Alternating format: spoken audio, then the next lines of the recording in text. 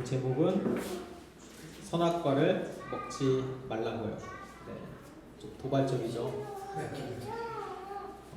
창세기 2장 8절에서 17절까지 한 목소리로 읽도록 하겠습니다. 8절부터 읽겠습니다. 여호와 하나님이 동방의 에덴의 동산을 창설하시고 그 지으신 사람을 거기 두시니라. 여호와 하나님이 그 땅에서 보기에 아름답고 먹기에 좋은 나무가 나게 하시니 동산 가운데에는 생명나무와 선악을 알게 하는 나무도 있더라.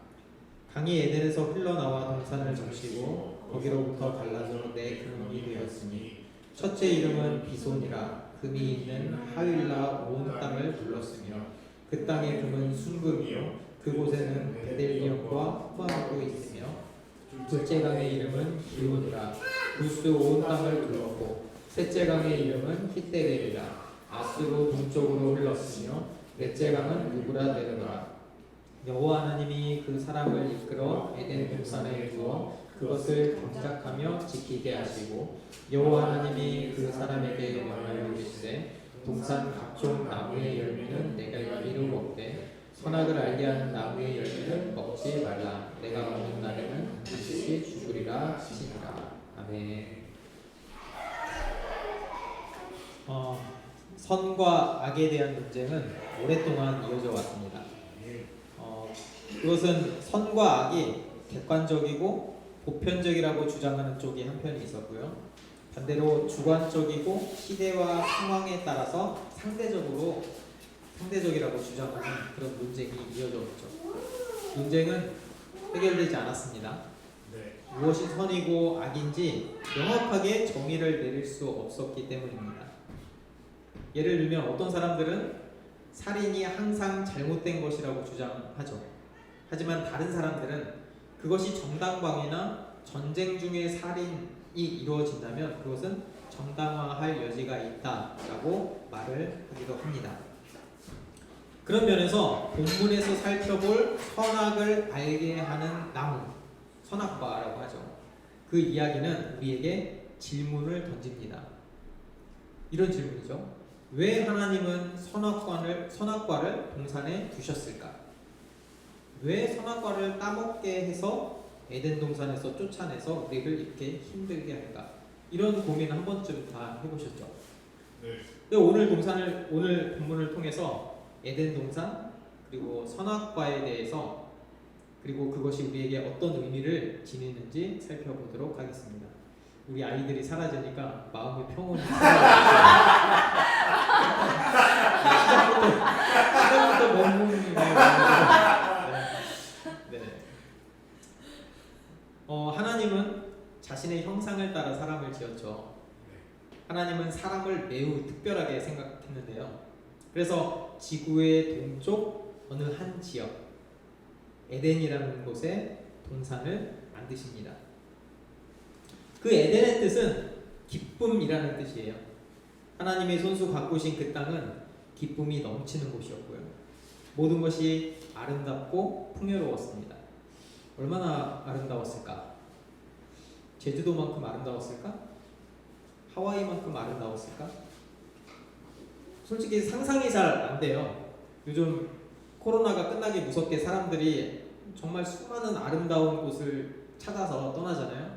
우리 강도사님도 아주 아름다운 곳에서 사진 찍으셨죠. 그 아름다움이라는 것은 그 자체로 우리를 설레게 하는 힘이 있는 것 같습니다. 에덴 동산은 우리가 생각하는 것보다 훨씬 아름다웠을 거예요. 왜냐하면 그때는 죄로 타락하기 전 아주 온전한 상태였기 때문이죠. 모든 것을 완벽하게 디자인하시는 하나님, 그분이 보시기에 좋은 장소가 바로 에덴이었습니다. 우리는 하나님의 6일 동안의 창조 명령을 기억하고 있죠. 하나님은 말씀하셨고 그대로 이루어졌고 하나님이 보시기에 좋았습니다. 아무리 아름다워도 먹을 것이 없으면 안 되죠. 배가 고프면 그 아름다움은 눈에 들어오지 않습니다. 저는 여행 갈 때 식당을 먼저 찾아요. 금강산도 식후경이라고 하잖아요. 여행 갔는데 우리 아이들, 이 떠드는 아이들이 배고프다고 울기 시작하면 그 여행은 고난길로 바뀝니다. 에덴 땅에는 온갖 종류의 과일 나무가 있었어요. 나무마다 보기도 좋고 먹기 좋은 열매가 주렁주렁 맺혀 있었죠. 사람이 원하면은 얼마든지 그 열매를 먹을 수 있었고 심지어 엄청나게 맛있었습니다. 여러분 아시는 것처럼 저희 처가에서 과일 장사를 해요. 장모님이 종종 저희 집에 과일을 보내주십니다. 그 보내주신 과일이 다 맛있어요. 다 맛있는데 그 중에 저한테 가장 특별한 과일은 딸기입니다. 일단 크기가 엄청 크고요. 딸기를 한 입 베어 물면 그렇게 달 수가 없어요. 그래서 입에서 살살 녹죠. 그거에 대한 부작용이 생겼는데 다른 곳에서 딸기를 먹으면 별로 맛이 없어요.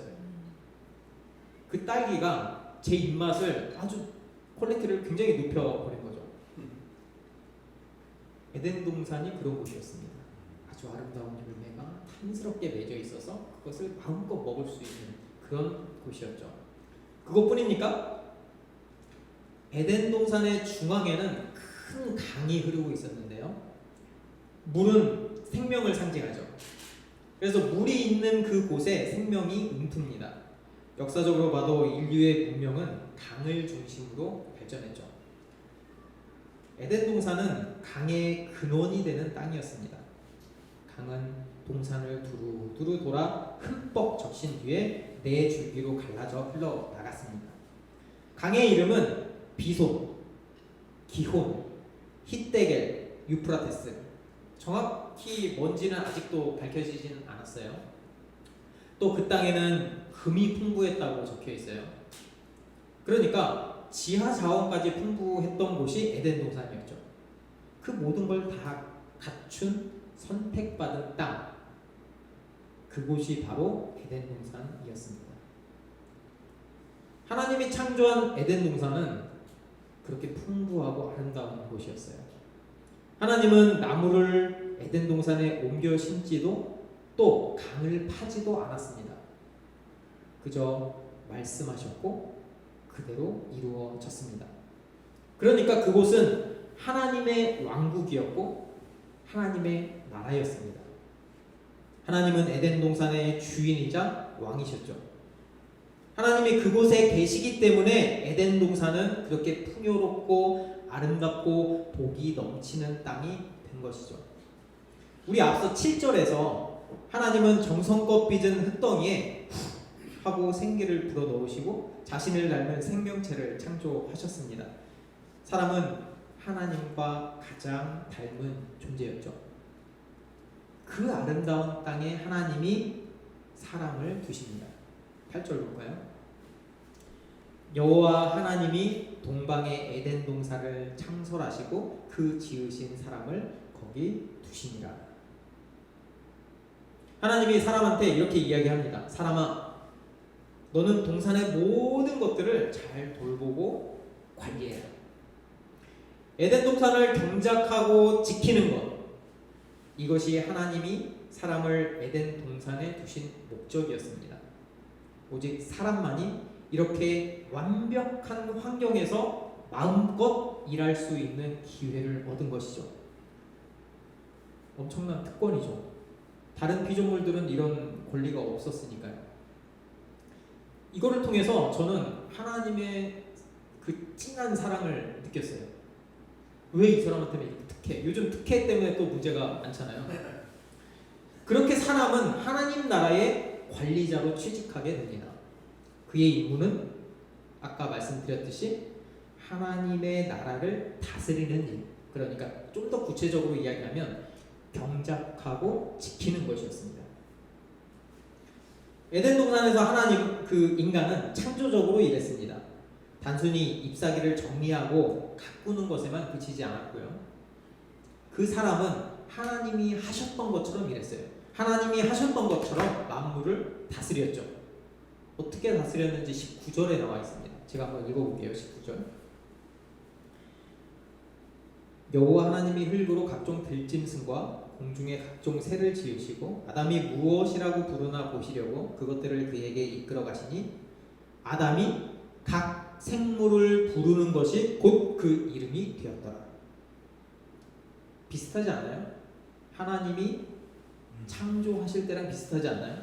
하나님이 빛이 있으라 하시니 빛이 있었고 하나님이 보시기에 좋았더라. 비슷하게 하죠. 그렇죠? 네. 사람은 하나님이 하셨던 것처럼 만물을 창조적으로 다스렸습니다. 에덴 동산은 사람에게 있어서 꿈을 성취할 수 있는 최적의 장소였죠. 그렇기 때문에 경작하고 지키는 일은 힘들거나 부담스럽지 않았습니다. 그 일은 기쁨이었고 즐거움이었고 보람이었죠. 그게 천국입니다. 그렇다면 우리가 조금 더 구체적으로 알아볼까요? 창조성. 창조성은 무엇을 뜻할까요? 넘겨주세요. 어떤 사람들은 창조성을 단순히 새로운 것을 만드는 것, 참신한 정도로 생각하기도 하고요. 어떤 사람들은 그것을 경제적 관점에서 바라보기도 합니다. 또 다른 사람은 예술적으로 그것을 자기 표현의 방식으로 이해하기도 하죠. 하지만 이런 접근 방식은 창조의 본질을 제대로 이해할 수 없습니다. 이런 접근 방식으로는. 왜냐하면 이 창조성은 하나님의 창조성의 관점에서 우리가 바라봐야 되기 때문이죠. 하나님은 위대한 발명가나 경제학자나 또는 예술가로만 그 범위를 한정하지 않았습니다. 하나님은 사람을 봉사하는 책임자로 두셨죠. 하나님은 사람이 단순히 나무 잎사귀를 정리하는 기계처럼 사는 것을 원치 않으셨고요. 그렇게 보면 그런 면에서 우리가 하는 그 일, 우리가 삶을 살아가는 그 모든 일은 단순히 돈을 벌거나 개인의 성취를 위해서 필요한 것, 그 이상을 의미합니다. 우리는 하나님의 대표자라는 마음가짐으로 세상을 바라봐야 되고요. 그 세상을 하나님이 뜻하신 대로 다스리고 경작하고 지켜나가야 하는 것이죠. 그것이 바로 하나님의 창조성의 원리입니다. 인간은 에덴 동산에서 마음껏 누릴 수 있는 자유가 있었습니다. 하나님이 말씀하셨죠. 이렇게 마음껏 먹어라. 동산 모든 나무의 열매는 내가 먹을 음식이다. 마음껏 먹어도 좋다. 사람은 그곳에서 아무 제약 없이 즐기고 사용할 수 있었습니다. 여기까지 보면 사람에게는 하나님과 같은 자유가 주어졌구나 라고 우리가 생각할 수 있죠.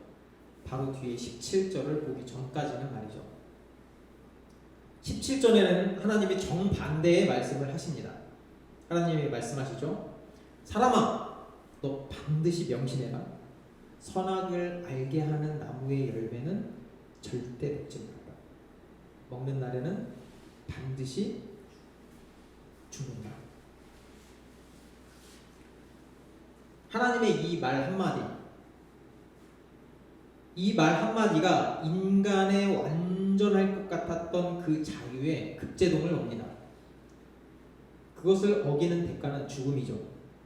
이 반전도 그런 반전이 없어요. 딱 한 절 사이에 해라, 하지 말아라, 하면 죽는다? 이렇게 돼버리니까요. 근데 강조가 뒤에 있는 것 같잖아요. 그래서 우리가 지금 고민을 많이 하잖아요. 다시 질문을 우리가 하는 겁니다. 그러면 왜 하나님은 에덴 동산을 만드시고 인간에게 복을 주시고 다 하라고 하더니 선악을 알게 하는 나무를 거기다 딱 둔 것일까? 왜 선악과를 둬서 사람이 그것을 먹고 타락할 가능성을 열어두었을까? 이상하네요. 하나님은 이상하네요. 이런 고민하죠. 그렇죠? 저도 그런 고민 많이 해봤어요. 특히 제가 아는 분 중에서도 이것 때문에 하나님 못 믿으라고 잔인하다고 이렇게 이야기하시는 분도 많고, 생각해 볼까요? 그러면 이렇게 생각해 볼 수 있어요. 선악과가 진짜 악 덩어리인가? 선악과 자체가 악이기 때문에 먹지 말라고 한 건가? 아니면 혹시 선악과에 독이 있나? 그건 아니겠죠. 그렇죠? 나중에 우리가 증거를 알 수 있습니다. 왜냐면은 아담과 하와가 그 열매 잘 베서 먹었어요. 그러니까 그 독이 있는 건 아니겠죠. 그렇다면 우리는 이렇게 추론할 수 있어요. 그 문제는 나무 자체에 있는 것은 아니구나. 이렇게 추론할 수 있죠. 선악과는 경계를 의미합니다. 마치 휴전선처럼 절대 넘을 수 없고 넘어서도 안 되는 그 경계.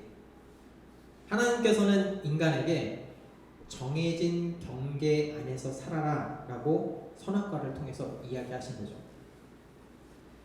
그렇다면 사람에게 하나님이 그런 경고를 하신 이유, 그 경고가 필요한 이유는 무엇일까? 그것은 하나님이 인간에게만 자율성, 즉 자유롭게 선택할 수 있는 자유의지를 주셨기 때문입니다. 만약에 하나님이 인간을 로봇처럼 만들었다면 선악과를 둘 필요는 전혀 없습니다. 선악과를 둔다고 할지라도 먹을 일은 제로입니다. 왜냐하면 그렇게 프로그래밍 되어 있으니까요. 입력된 대로만 움직이기 때문이죠. 그렇지만 사람은 그렇지 않습니다. 그리고 그런 로봇 같은 것은 자유라고 우리가 이야기하지 않죠.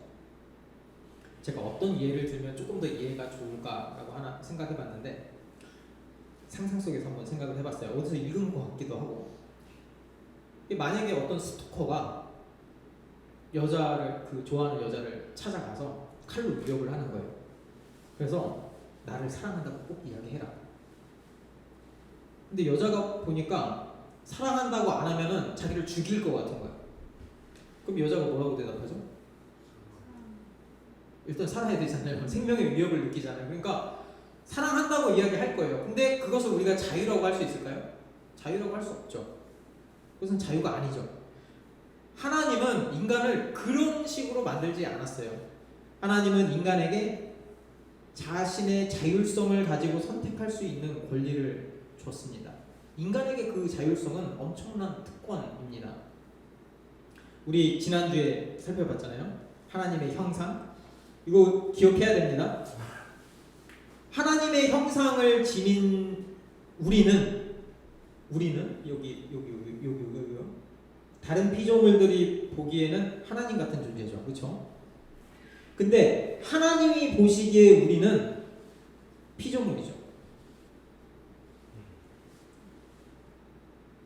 인간도 결국 하나님의 피조물입니다. 인간은 하나님이 아닙니다. 이 사실이 진짜 중요해요. 하나님과 인간 사이에는 건널 수 없는 선이 있어요. 그게 경계인 거죠.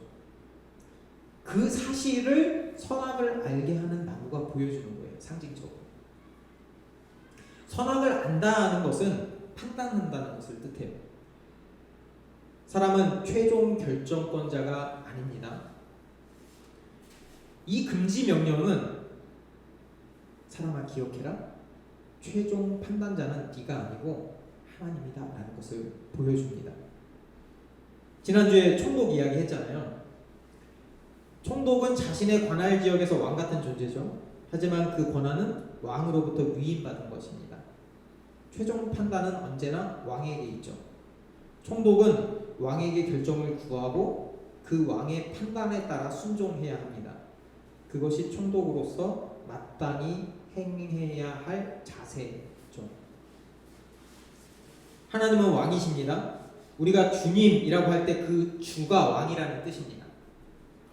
우리는 하나님을 창조주 그리고 통치자, 다스리는 분으로 인정해야 합니다. 하나님을 주로 믿고 순종할 때에만 하나님이 지으신 그 하나님의 나라에서 하나님이 주신 복과 안식을 누리면서 살아갈 수 있는 거죠. 만약에 총독이 왕의 명령을 거부한다면, 왕의 명령을 어기고 자신의 의지대로 판단하고 행동한다면 그건 반역이죠. 그렇죠? 내 마음대로 판단한다면, 하나님이 이렇게 명령하셨는데 이렇게 행동하지 않고 내 마음대로 판단한다면 바로 선악을 알게 하는 나무의 열매를 먹는 것처럼 그것도 반역입니다. 그거의 결과는 처단이죠. 우리가 심판이라고 하죠. 오늘날은 어떤가요? 오늘날은 포스트 모더니즘이라고 하죠. 이 세상의 그 메인 가치관이 포스트 모더니즘입니다. 이거의 메인은 뭐냐면은 진리가 더 이상 절대적이거나 객관적이 않다는 거예요. 주관적이라는 거죠. 그러니까 내가 이게 진리야라고 하는 결정이 진짜 진리가 되는 거예요. 그러니까 개개인이 다른 진리를 정의할 수 있는 것이죠. 그렇게 인간은 신이 됐습니다. 선악과를 먹은 거죠. 내가 왕이 된 거니까. 그렇다면 인간이 신이 된 세상은 행복할까요? 그렇지 않습니다. 결과는 안 좋죠. 그 부작용을 제가 한 2가지 정도만 뽑아봤어요. 첫 번째는 도덕적인 상대주의가 들어왔습니다. 이건 뭐냐면은 비윤리적인 행동도 때에 따라서 인정할 수 있다는 거예요. 상황에 따라서 거짓말을 하거나 도둑질을 해도 그 상황이 거기에 합당하면 인정해주겠다는, 우리 그런 경험 많죠. 그렇죠? 선한 거짓말 뭐 이런 하면서. 기업도 마찬가지입니다. 개인에게만 국한될 게 아니고요. 기업은 윤리적인 기준이나 인간의 존엄성 그리고 환경을 중요하게 생각하지 않습니다. 기업의 최대 목표는 돈이죠. 이런 가치관이 어떤 결과를 내냐면요. 근로자를 착취하고요. 환경 오염을 하고요. 다른 여러 가지 부작용들을 일으킵니다. 기업은 이렇게 이야기합니다. 치열한 경쟁에서 살아남기 위해서 어쩔 수 없다. 두 번째로는 사람들이 인생의 의미와 목적에 대한 방향 감각을 상실했습니다. 왜냐하면 기준이 없기 때문이죠. 이게 맞는 것 같다가도 저게 맞는 것 같고 갈팡질팡하죠. 이 가치가 붕괴됐기 때문에 세상에서 우리는 모두 길을 잃은 자들입니다. 혼란스럽고 불안만 더해야죠. 그리고 허무주의가 들어옵니다. 삶의 그 의미를 잃어버리고요. 절망하고 인생은 무의미하다라고 생각을 합니다. 이런 것들이 결국 합쳐져서 우울증과 자살 충동으로 이어지게 됩니다. 우리가 경계를 넘은 대가는 크죠. 행복이 아니고 불행이 찾아왔습니다. 그렇기 때문에 제한 없는 자유는 자유가 아닙니다. 진정한 자유가 될 수 없죠. 생명의 창조가 하나님께 완벽하게 순종했기 때문에 하나님 보시기에 좋았다 라고 한 것처럼, 반면에 인간의 그 불순종은 반드시 죽게 되는 심판으로 다가왔습니다. 우리 아들이 지난번에 한번 얘기했을 거예요. 그 물고기를 키웠어요. 베타 맞죠? 네, 베타라는 물고기를 키웠는데 진짜 몇 달 동안 진짜 열심히 키우더라고요. 때가 되면 먹이를 주고 어항에 물도 갈아줘야 돼요. 어항이 요만했어요 진짜. 물도 갈아주고 한 번씩 갈아줬는데, 그러던 어느 날 어항에 물을 갈아주려고 물을 이렇게 세면대에서 붓다가 베타를 놓쳤습니다. 베타는 그렇게 좁은 어항을 벗어나 자유를 얻었죠. 자유를 얻은 베타는 살았을까요? 제가 장담하고 죽었을 겁니다. 그 세제와 3% 오염된 그 물에서 베타는 살아갈 수 없죠. 베타에게서 있어서 자유는 어항을 벗어나지 않는 거예요. 그 경계를 지키는 거예요. 인간도 마찬가지죠. 우리는 하나님의 그 말씀의 테두리 안에서 살아야 합니다. 그런 면에서 선악과를 두신 것은 하나님의 은혜입니다. 경계를 벗어나지 말라는 그 금지 명령은 하나님의 사랑입니다. 우리는 그 명령에 순종해야 하죠. 선악과를 따먹지 말아야 합니다.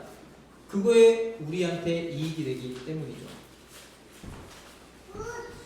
하나님 말씀에 따라 사는 것, 순종하는 것, 이게 바로 믿음입니다. 우리 혼돈의 세상에 다시 찾아왔어요. 하나님이 원하시는 방식이라는 사실, 그 하나만으로 선악과에서 멀리 떨어져 지내는 것, 우리를 위해서 설정된 경계가 있다는 그것을 받아들이는 것, 그것이 우리가 반드시 지켜야 할 태도이고 자세입니다. 우리의 삶을 한번 되돌아볼까요? 우리는 언제 하나님이 먹지 말라고 한 금지된 열매를 따먹고 더 했나요? 하나님의 명령을 무시하고 자기의 이익을 추구하고 싶을 때는 언제였나요? 우리는 우리에게 주신 그 일, 우리의 삶, 우리의 사명을 하나님의 선물이라고 생각하나요? 아니면 무거운 짐이라고 생각하나요? 어떻게 보면 저도 그렇고 여러분도 그러겠죠? 자기가 짓는 죄는 그 가볍게 여기는 경향이 있어요. 그 내로남불이라고 하잖아요. 그래서 저 같은 경우에도 항상 죄를 짓는데 습관처럼 아주 잘 능구렁이처럼 잘 넘어가요. 아, 죄는 단지 어쩔 수 없는 일이야 라고 이렇게 치부하고 넘어가기도 하고요. 때로는 이렇게 저한테 이야기합니다. 상황이 좋지 않아서 어쩔 수 없었어 라고 스스로에게 변명을 합니다. 하지만 여러분, 불순종은 분명히 죄입니다. 죄는 하나님에 대한 반역이고 반드시 심판을 받습니다. 우리는 죄를 가볍게 넘기면 안 돼요. 우리는 하나님이 하라는 것은 하고 하지 말라는 것은 하지 말아야 합니다. 그게 바로 순종이에요. 우리 초등부가 한 명 있는데 그 순종에 대해서 설명할 때 제가 이렇게 이야기해요.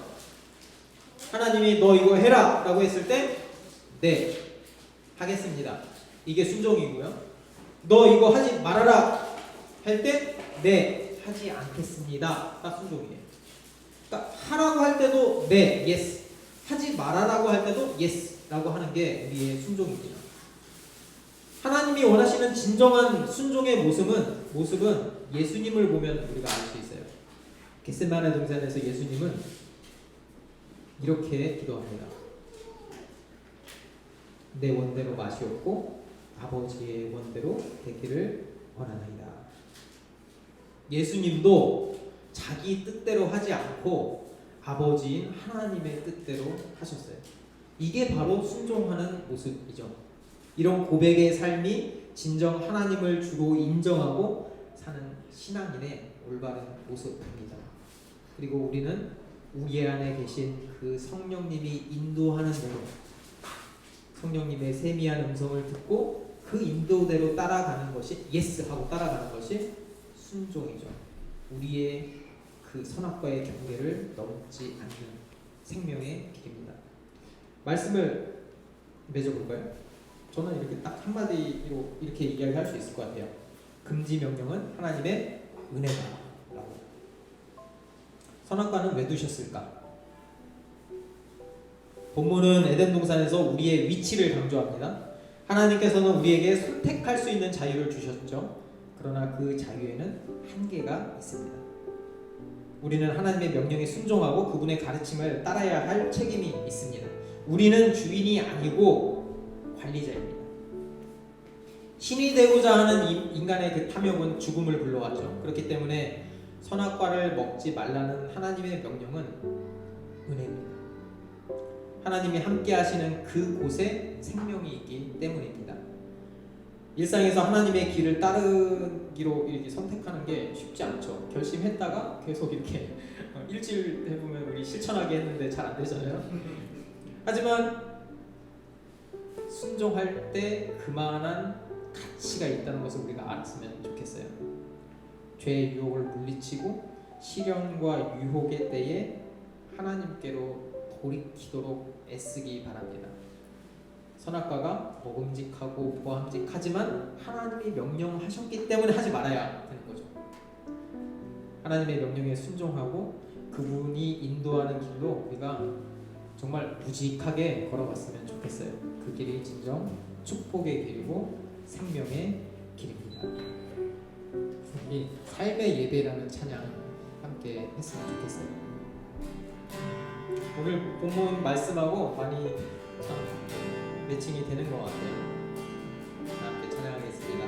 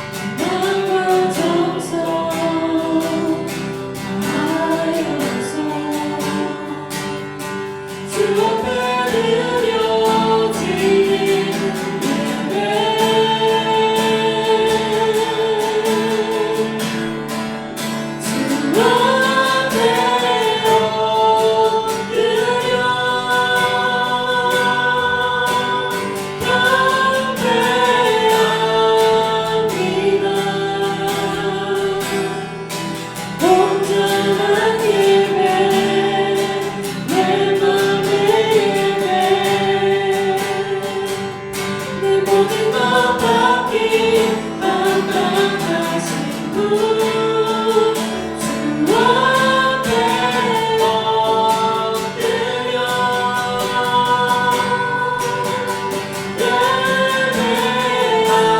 예배합니다. 나의 모든 삶 나의 모든 뜻 말씀 앞에